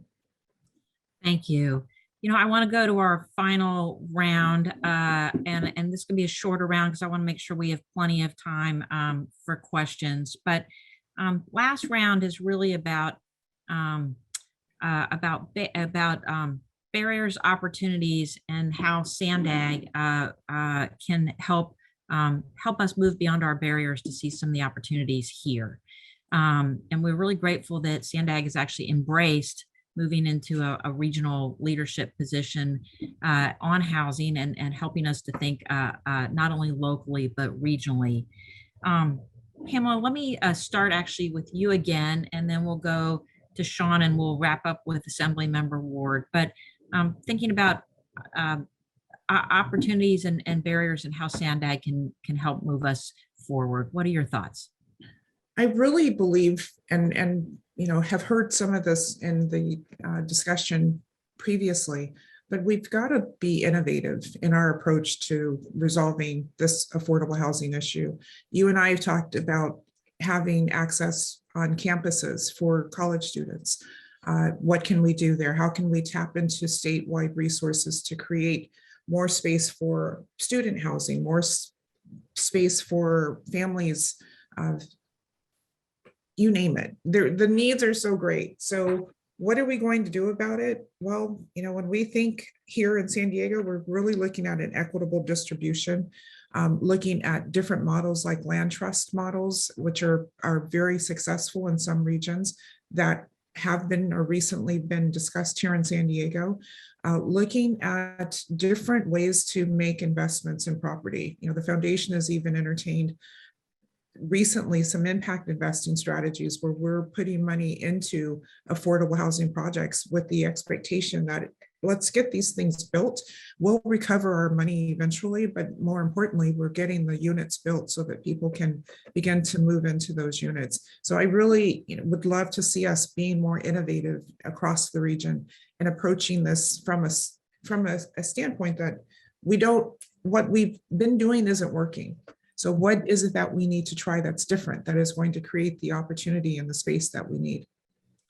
Thank you. And I think the foundation and SANDAG both, right, have that ability to be regionalist, to pilot, to be innovative, and to convene. And those are really important qualities. That the ability to convene is really limited to certain kinds of entities, and both of you, both SANDAG and the foundation are excellent at convening. Sean, let me go to you again. Barriers, opportunities, and how can SANDAG help move the needle here? Well, it's a funny thing because I think when people think of barriers, I think the traditional things come across as the notion of, lack of funding, lack of land availability. But I think a huge role that SANDAG can play is really being almost a clearinghouse for information. The amount of analysis work that goes into preparing the RENA numbers at the end of the day, that's a tremendous amount of data, drilling down to individual localities and then oftentimes even neighborhoods within localities. That information then can help inform the policy that gets developed by those localities, what they then choose to do in order to support more housing development. And I think in many regards, you're seeing many more communities take their housing obligations seriously and are making real efforts to see where they can support housing creation possible. I think certainly one thing that at times is actually not a big ticket item, but something that can really be meaningful is around expediting. How do the SANDAG then perhaps provide best practices and sort of a tool set of ideas and things that have worked in other communities, that then those new localities that are taking their housing element and taking their housing obligations seriously can readily use to be able to help support new housing production. So I think SANDAG is in part the work of the accelerator program that they recently rolled out. I think it can be a great vehicle for being able to help move the needle on this. Thank you, Sean. Assemblymember Ward, I know you need to leave. Thank you for hanging in with us. And I know you're probably off to session soon, but you've been a city council member, you're an assembly member, regional government. What role can SANDAG play to really help you in your efforts and help the region move forward on housing? Yes, no, definitely a lot going on today, but I'm really excited to be here in this conversation. So I'm not really in the mood to rush out because it's important. I want to commend, because I think SANDAG and in particular our county leadership has also been trying to think about how to be a little bit more effective in their roles for participating in housing solutions. And the idea that we're could be forming a regional equitable housing subcommittee to explore some of these revenue opportunities and how they could align, whether they're coming from state resources or just, and more appropriately, the pool of money that is necessary to really piece together housing financing. The idea that we could set up a regional housing finance agency like the Bay Area or Los Angeles had considered as well, that you mentioned in the previous segment. These serve tremendous purpose, and they really allow our region to, I think, thoughtfully integrate and support a lot of this development in a way that achieves, as I talked earlier, our climate, our sustainability, and our housing needs at the same time. And I know our other panelists had mentioned, some of the other constraints that when we think about untouched lands. Pamela, thank you for the work that the foundation is doing on with potential school site opportunities as well. And one of the bills that I was able to introduce already this year and we'll be working on takes some of that entitled law and actually extends that to the community college districts. I want to thank Chancellor Carlos Cortez for bringing this forward as well, because K-12 unified school districts right now are able to do this, but utilizing community college district lands in a way that's able to help them produce affordable housing units for students, staff, and foster youth is the opportunity to apply for necessary tax credits for them. And so we need to really, leave no stone unturned and think about all of these different, mechanisms, the underlying land, the regional entity, and everybody, comparing notes and acting collaboratively to try to make sure that we are meeting that housing supply that's so necessary across the region collectively. Assemblymember Ward mentioned the housing finance agencies, and this is really for everybody on the call. There's only one in existence, and that is in the Bay Area, and they actually take the state legislature approving them for a region of a county or a group of counties. So the Bay Area one is, of course, housed at ABAG and MTC. And we would need a team, right, assembly member, of a senator and assembly member to basically sponsor and jockey the bill in Sacramento. So really excited that the SANDAG Equitable Housing Subcommittee wants to elevate that possibility. And I know that that's on your radar screen. So let me just move to kind of a final lightning round from each of you, Pamela, assembly member, and then Sean. If you could ask us to keep one thing in our minds that's just incredibly essential for the well-being of our region related to housing. Pamela, what would that be? I would first encourage you to keep pushing forward, and thank you for doing that already. I really think just approaching this as innovatively as we can. There is not one solution that is going to get us there. Now, we know the numbers, we know what's missing from the inventory. It's going to take multiple solutions and all of us working collaboratively together to get there. And that includes government at the state level. So thank you, Assemblymember Chris, for helping and providing the leadership that you're providing. We need resources across the region to address this in a way that is equitable, that is going to be fair for families, for individuals, for people who want to live and work in San Diego but choose not to. And so we suffer because we can't hire the staff that we need in our schools and in other areas of our economy.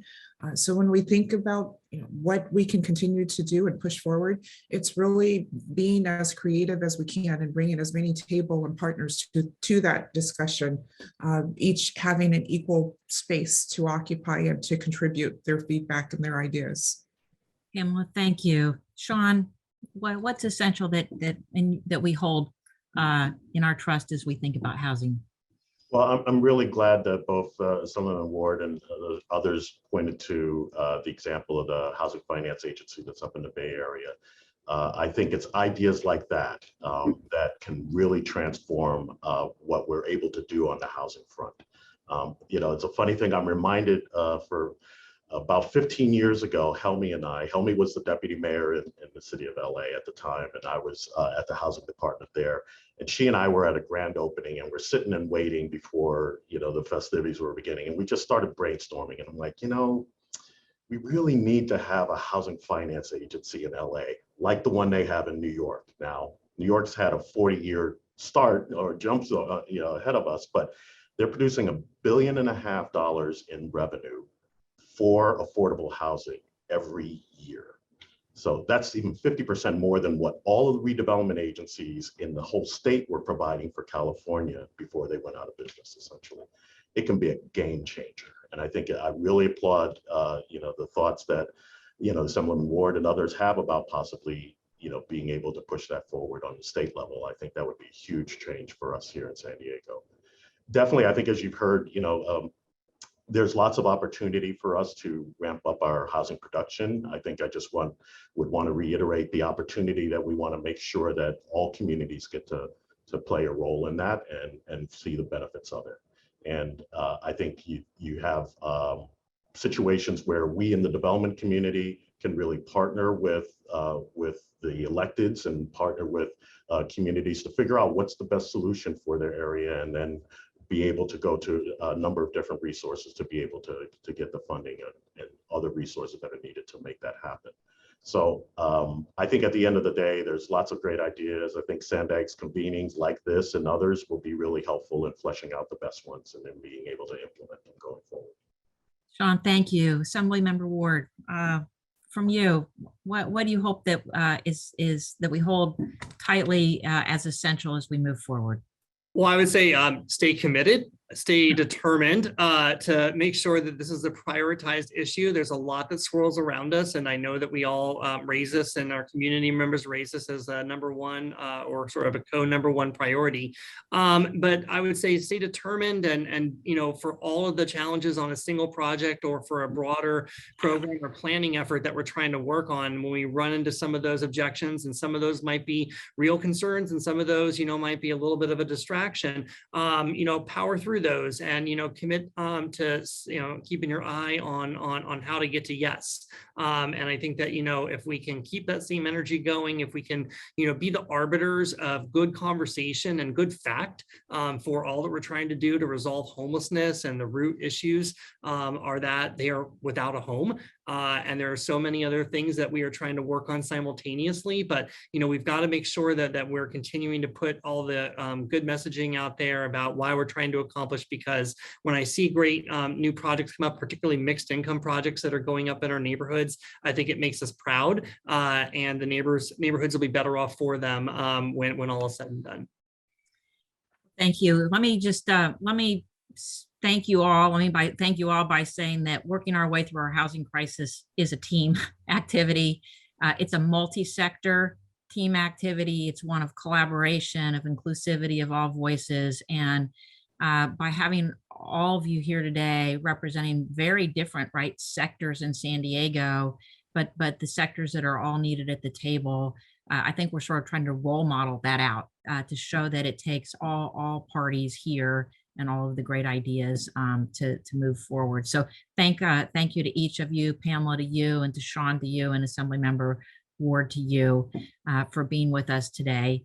And I've seen the questions, so I'm going to hand off to Jessica, who's going to curate some of the questions that have been arising during our time together. Thank you.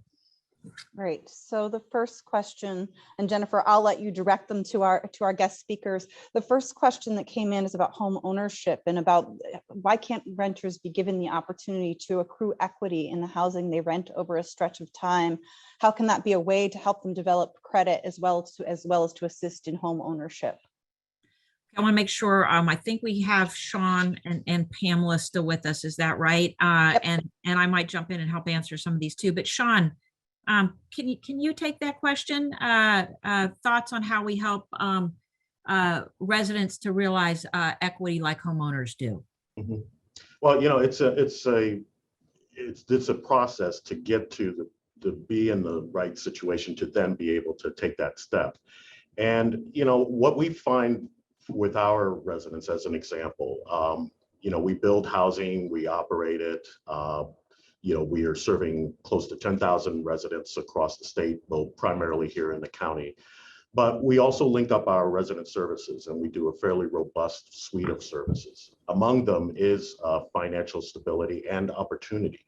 So we actually, as part of our work and working with financial counselors that are on staff, will not only just seek to stabilize the financial situation for the residents, but also ask them essentially, what's your long-term goal? What do you hope to do? Are you hoping to put a kid through college? Are you hoping to buy a home?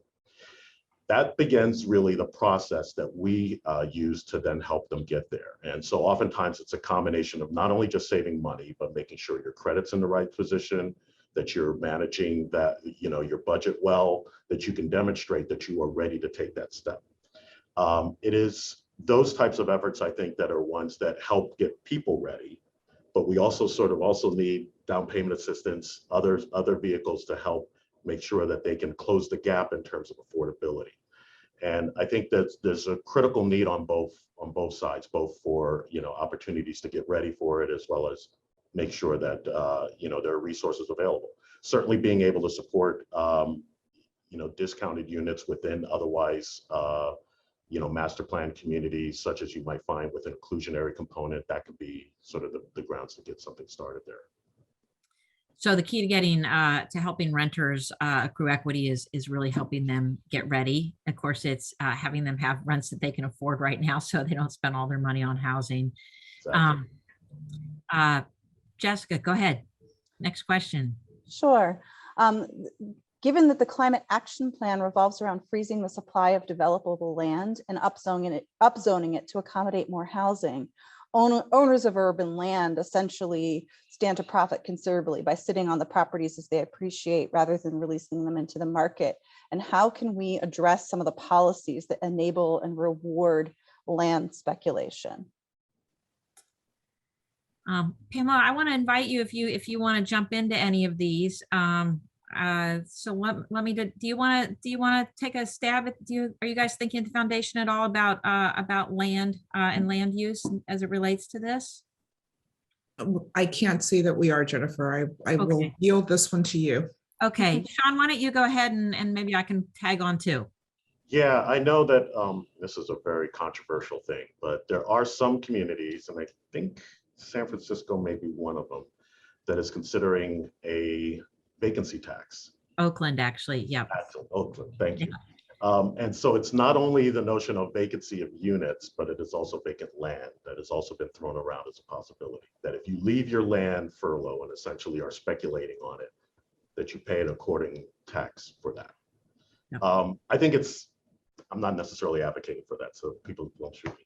But I think there's the point that is that if you can encourage people to move forward with development opportunities and to really make available use of what's available, land that comes alongside, particularly public land, if there's an opportunity to make sure that we develop and use that resource as much as possible, whether it's through land trusts or ultimately direct sales to people that are going to maintain some type of affordability component to it. Surplus Lands Act, I think, is a great vehicle for that. I know that Councilman LaCava in San Diego also called for the sale of land for affordable housing. So I think it's those ideas that maybe can counterbalance a little bit, but also we need to make sure to kind of take advantage of sales and opportunities where they may come up and lock them in essentially for housing opportunity. I would add just two things to what Sean said. One is that and we've gotten better at this, and this is particularly, in SANDAG's Valley too, as we have more and more developed transit-oriented housing. We've come to really understand that the land around where transit goes in really spikes, and so to the extent that we can, the public sector can buy that land and hold it, and then put it out for bid on a ground lease is really enabling us to get housing next to transit, which of course supports the feasibility of transit, but also to take the speculative land component out of that. The other thing I would share is that more and more in our firm, and as we bring in so many diverse people and diverse experiences to our staff. We've been talking a lot more about international housing policy and how to look internationally also for great ideas. And so Vancouver is one of those cities that instituted a vacant unit tax on vacant units. So any place where you have communities that have a lot of second homes that sit idle, it's not only been a vacant tax on land, but a vacant tax on units that are sitting vacant. So good tools, as Sean said, very controversial, but also worth the vetting here for dialogue. Great. And Jennifer, this is the last question I think we'll have time for the folks who asked other questions. We will be responding to them in writing, so we will be sharing that information out afterwards. So the last question is, one of the most difficult issues that we face is helping local community leaders to see housing as a good that's necessary for the city's prosperity. And I think you touched on this somewhat, Sean, earlier around the economic development piece, but any additional thoughts on how to build a pro-housing mindset? Let me go, Pamela, to you first and then to Sean, because I know in the conversation you and I had, we talked a lot about teachers.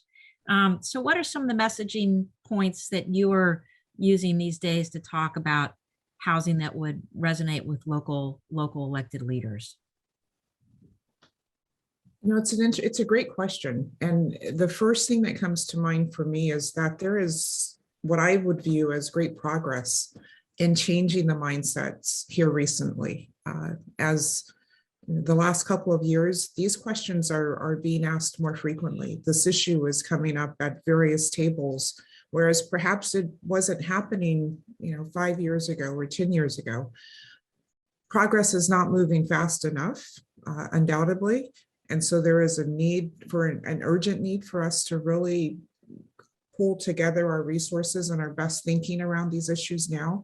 And Jennifer, I love the idea of engaging, even the international community. What are their solutions? How are they approaching this in their regions to look at what San Diego needs to do differently? That much we all agree on. We know that seeing unhoused people lined up on our streets and unhoused children who are living outdoors doesn't sit well for any of us. And it doesn't bode well for our economy either. And so we've got to come to a place where I believe that we are slowly reaching, is that there is universal agreement that something has to happen. And elected officials are an important part of that conversation, but they're not the only ones. They can't do this alone. It really will take all of us. And I come back to this point that I've made earlier, you as well, Jennifer, that we have to see these issues as regional issues, and that it's going to take a regional approach to solving them. And that means holding our elected officials accountable, but giving them the support and the resources and the best thinking that is necessary to really create solutions that are going to have long-term beneficial impact on the region. Pamela, thank you. Sean, I'll just go to you and just maybe to rephrase the question too. It's particularly elected officials in small cities, right, that are really worried, we know, about getting voted out of office when they vote on housing projects. And you go to these cities, you have to sell the fine quality products that you build. So what do you say to those council members in the small cities that are facing a lot of pushback from their electorate? Sometimes it is a matter of seeing the opportunity to sometimes serve or address a different issue that is important to that electorate, and basically to be able to parry it with housing. I think of, clearly the best example in my mind comes to the Kimball Highland Master Plan, which we worked with, Mayor Sotelo Solis and the rest of the council there around what started out as a conversation around how they could revitalize the area immediately adjacent to their civic center, but also address their healthcare desert that they were experiencing. That translated ultimately into coming up with the Kimball Highland Master Plan. And we came in with San Ysidro Health in a partnership to not only build new family development there, but also to build a federally qualifying healthcare facility, as well as a senior center for the entire community there. So I think sometimes it's a matter of just figuring out what are the real challenges in a community. How can actually housing actually help to address that too? And sometimes that, that can be enough to sway the conversation. Pamela and Sean, let me thank you both. I'm going to go to Jessica because I think Jessica is going to tell us how we can continue these housing conversations in depth for those who want to engage in a learning opportunity. So Jessica, go ahead. Great. Thank you so much, Jennifer. So this was a really exciting event to showcase all the work that's been going on around housing. And as we continue to be involved in this work, we want to draw your attention to the event evaluation, some upcoming events and ways to stay connected. So first of all, the evaluation, I think I saw the link already dropped in the chat. We do encourage you to take a few minutes to fill that out. We do take your feedback into consideration, and it really helps us inform the planning for future events. So your individual answers and personal information won't be shared without your express permission to do so. So we do encourage you to share your thoughts there. Secondly, the slide up here is about the Housing Policy Leadership Academy. And I will say that what's going on in the legislative session isn't the only big day, only reason that Friday is a big day. Basically, we want to invite folks to apply to the Housing Policy Leadership Academy. The idea behind it, for those who aren't familiar with the Housing Policy Leadership Academy, which I think Mayor Sotelo-Solis already said that she attended a few years back. The idea is that it will support elected officials, advocates, and interested stakeholders in moving toward pro-housing development. And participants will meet once a month for 10 months to explore the root causes of the housing crisis and discuss best practice policy solutions. And it will also equip participants with the tools and knowledge to address the physical and social factors that sustain a healthy housing ecosystem using the 5 Ps framework we looked at today. So the deadline to apply is this Friday, February 18th, and you'll be notified no later than February 23rd of your acceptance into the Academy. One of my colleagues is going to drop the registration link in the chat, so we do hope to see your applications coming in. And then secondly, there's a housing pipeline request for information that you'll see up here. As the regional panel lifted up, more data on housing development that is happening in the region will actually help SANDAG support and advocate for this issue. The Housing Pipeline RFI is one way they're gathering this information. So SANDAG's seeking information from developers with known and planned housing developments over the next 5 years in the San Diego region. And the idea there is also to submit your projects by this Friday, February 18th. So you can see the major, the major theme here on Friday, February 18th. So help us spread the word on that. And the link to instructions will be dropped in the chat there as well. And then last, please do, this is just circling back, please do fill out that form evaluation so that we can make sure that we build on your ideas from today. And stay connected with SANDAG. To stay connected, you can see some different ways to do that here. You can receive updates on upcoming events and all things SANDAG. You can go to their website at sandag.org. Follow SANDAG on social media. And that's at SANDAG Region or at SANDAG. And you can also email any questions you have to Adam Fiss, who is the project manager for the Housing Policy Leadership Academy in these forums. And that's at adam.fiss@sandag.org. So with that, thank you so much for joining us today. We were thrilled to have you. Thank you for taking time out of your day, and have a wonderful rest of the week. Thank you to all our panelists as well.